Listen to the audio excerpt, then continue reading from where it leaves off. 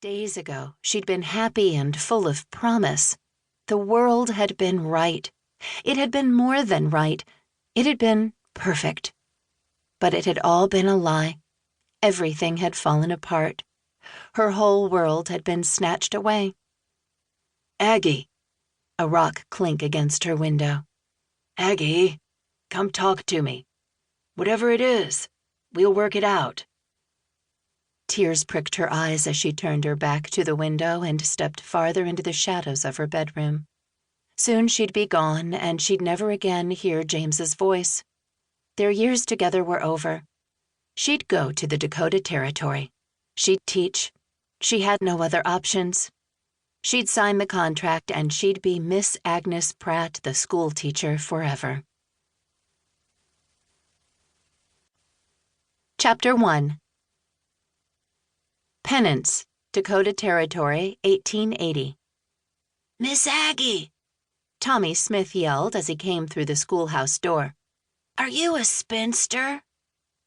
Agnes turned quickly, so quickly that her knee slammed into the side of her desk. She winced. The pain stole her voice. "My pa says he don't understand why you ain't married.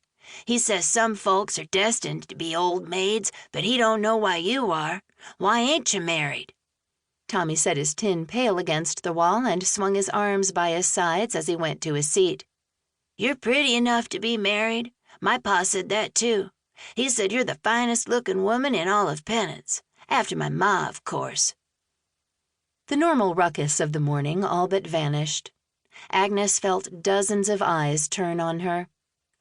Running her hands over her skirts, she scrambled for the right words. "Tommy, it is impolite to ask after someone's personal life in a setting such as this." "Let that be enough," she prayed. Facing the slate board, she quickly wrote several equations. The noises of the children began again, feet scuffling, books thumping on desks, and voices lowly murmuring. Good, she didn't want to spend the day answering questions that were none of these children's business. Just as she was about to begin lesson, she heard, "Miss Aggie?" "Yes, Tommy?" She gritted her teeth and slowly turned to face him. "Did you have a new question? A different one?" "Well, I thought you said since you was our teacher, we could ask you anything.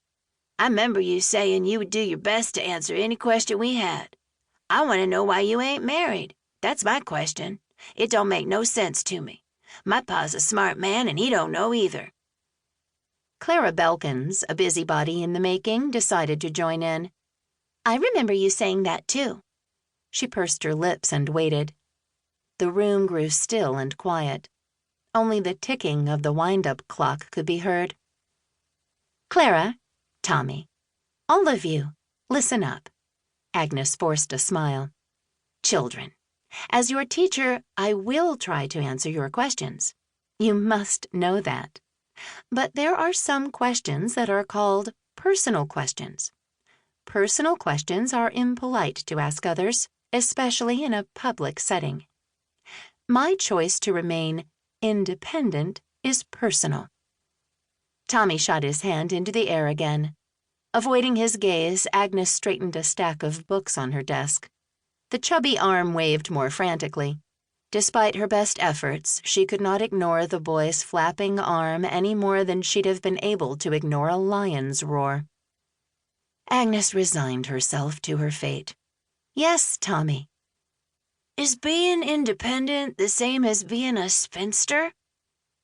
Knocking the book she'd been straightening onto the floor, she sucked in a hurried breath of air before bending to pick them up. Standing again, she spoke in a rather firm voice. "That's enough questions. We need to begin our lessons. I've many wonderful things to teach you today. We'll begin with our math groups. Group 5, come to the board. We're going to work these multiplication problems together."